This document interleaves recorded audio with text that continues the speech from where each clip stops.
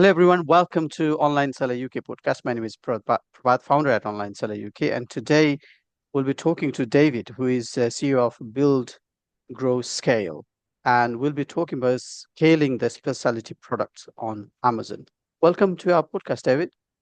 Thank you. Thank you. Good to be here. Excellent. So I think let's start with your introduction and what you're doing these days and take it from there.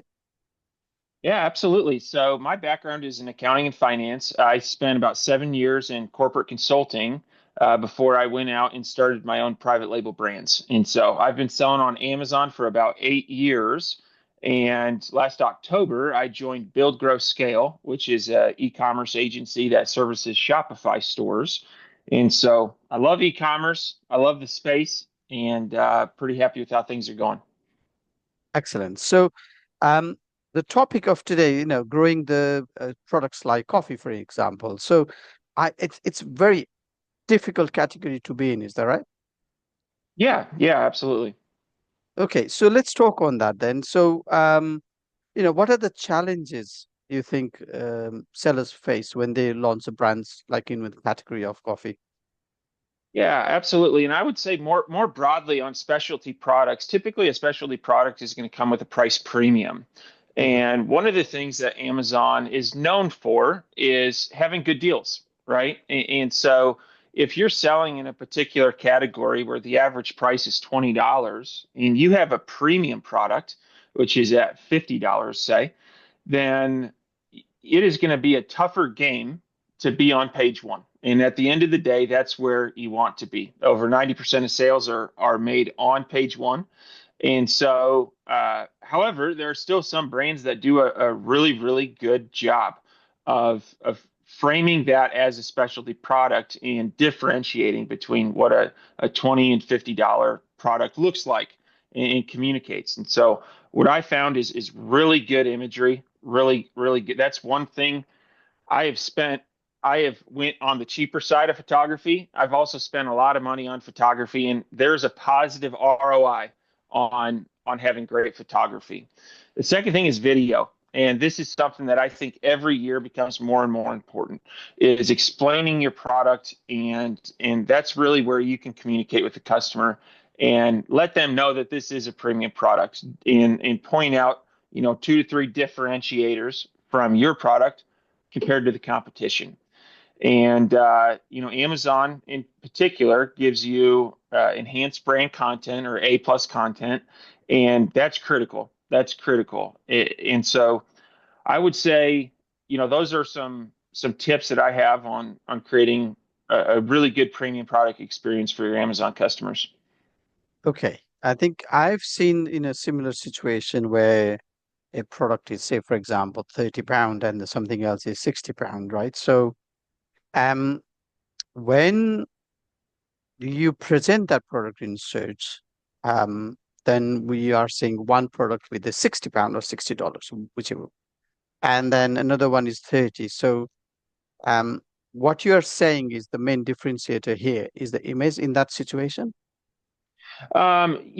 Images, video, your overall listing copy, and one thing that I think can't be ignored is your reviews.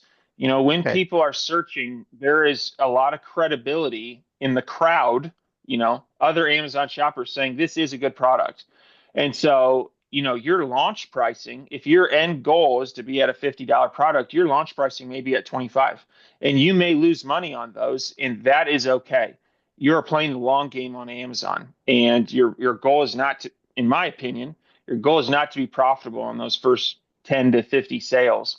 It's to get that product in your customers' hands and ask them for a review, operating within the terms of service, of course, and and getting those reviews. And so that's something that I think, if I think of a product launch, I think of it over the course of about 3 years. And at the end of year one, I like to be at premium pricing, but I certainly don't launch there.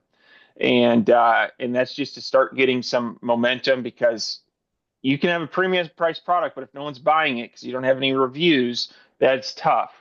And so, one thing I like that Amazon's done is they've rolled out the Vine program, Mhm. and it allows you to get incentivize reviews, again, operating within the terms of service. If you go back 5, 6, 7 years, there were some pretty sketchy ways to get reviews that a lot of sellers took advantage of. And, one thing I say in my business is a clean conscience is a comfortable pillow. And I truly believe that. I run these businesses, they support my family, they put food on the table. I want to play by the rules. And using the Vine program is a great way to do that and get some of that feedback early on your product launch. Absolutely. No, you're absolutely right on that. So I've got a one questions on the discounting part of the premium product. So there are lots of discounts, right? So you can do coupons, you can do price discount, you can do quantity discount. Now we are focusing on the launch of the product. So which one do you prefer, or which one have you seen the better way to discount the product? Yeah, absolutely. I personally like discounting where you get the strike through pricing. That is just like when I set up my listings, that's how I set it up. So if I want to be at $50, I will say recommended retail 79.99 and get that strike through. Mhm. Coupons, and I would really like to split test this, but I think a lot of times people that already intend on buying your product are clipping that coupon. And so I Yes. don't know how often it is pushing people over the edge of making that purchase. And so one thing I will say about the coupons is if you're running social media or if you're pushing outside traffic, that's a great way. That's a great way is to advertise that coupon. And so, I would say both are great tactics. And I'm a retired CPA and I'm a big data guy. And I try to leave my opinion out of my business as much as I can. And this is something, as we're discussing it, I would like to split test. But I have not split tested it. I'll tell you that. And so I can't speak very honestly about the outcomes. I've done both, and both of them work. But I would imagine the data would suggest that one is better than the other, and it may differ on what type of product you're selling. Yeah, absolutely, absolutely. And the situation and the time of the year and all that certainly. What we have actually seen in most of the accounts we work with with the coupons, people seem to clip it, but they don't redeem it. Yes. And and that is, well, I do not understand why, but that's what has happened. And it may be good for the retailer in some ways because you are still attracting customers, but you are not giving the discount over, which is interesting phenomena. Anyway, Can I nevertheless, can yeah, I comment on that? I yeah, think yeah, when you're looking at conversion rate, when yeah. someone's on your product page, if they choose not to buy, if they click that coupon but do not redeem it, to me that tells me one of two things. They don't trust you Hmm. or they have a question.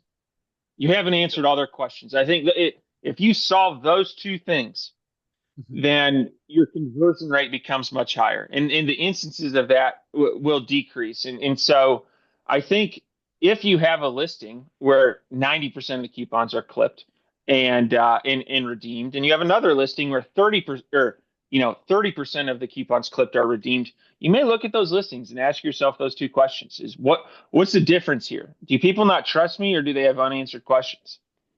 Yeah, absolutely. No, very, very valid point here.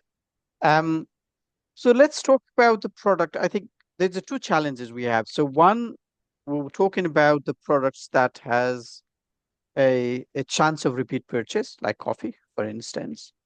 There are other set of products which, like chairs or tables, for instance, where window blinds, um, for instance, where the chances of repeat buy isn't there at all. And I think there may be a different tactic for these two sets of products, right? Absolutely. So on your consumables, these are going to be the ones you enroll in, subscribe, and save.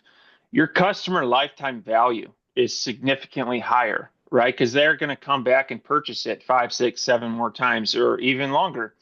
And so when you're looking at your PPC and how much you're willing to pay to acquire a customer, you're always willing to acquire those customers for a higher amount when it's a consumable, when they're going to be coming back and purchasing more. And so Now, to compare that, and I'll just share with you my way I look at this. Say your profit margin is 30%, typically, and say your organic to PPC sales are around 50%. Typically you would have an A cost of about 30%. You'd be willing to break even on half your sales so you can make money on the other half. Now, on a consumable, you may have that ACOS at 50 or 60%. No, and you're going to lose money on a couple sales, but they're going to be coming right back. And those sales where they're coming back, those are all organic. And so that is something I think on the PPC side of things you want to take into account is what's my customer lifetime value. Amazon through their brand portal has come up with some really good reports, and there's a I'm trying to think of one. There's a subscribe and save report which I think gives you the data you need to calculate that customer lifetime value. Yeah, no, excellent. I think you made a valid point there. So, um, okay, so we've talked about product launch and so on. So that's really good. And we've talked about getting the customer back, which is a customer retention side of things as well. So, is there anything else you want to add to the conversation we are having in terms of, scaling the products on Amazon? Absolutely. This is something I think gets ignored a lot, especially when people are first getting into e-commerce. And it seems like really simple advice, but sell nice stuff. That and everything else is easier. And I think this is what makes premium products more attractive is instead of selling something that five other listings have, make it really really nice, whatever that may be for your particular category. And what I have found is getting reviews is easier. uh, that in particular, I personally, as a consumer, order a lot off of Amazon. There are some what I would call Me Too products that I don't leave reviews for. I just don't. They're kind of commodity like. However, when I get a package, it shows up. It's got great packaging. It's got a great insert. It really grabs my attention and tells that brand story. I want to leave a review. I want to do that business owner a solid. And what that business owner did to entice me to do that is have a really good product and have, all of the boxes checked. Great packaging, great inserts. And so that's something if you're struggling on reviews, if you're struggling on profitability, ask yourself, would I leave a review for this? Or is this a Me Too product? And sometimes that answer stings. I know I've asked myself that question and been disappointed with my answer, but it's been very informative for what my next steps need to be. Okay. No, thank you, David, for sharing your views and knowledge about scaling the products on Amazon, especially in the range of premium products as such. So, yeah, so perhaps we can book another podcast and bring up another topic. But thank you for your time today, and I'll speak to you soon.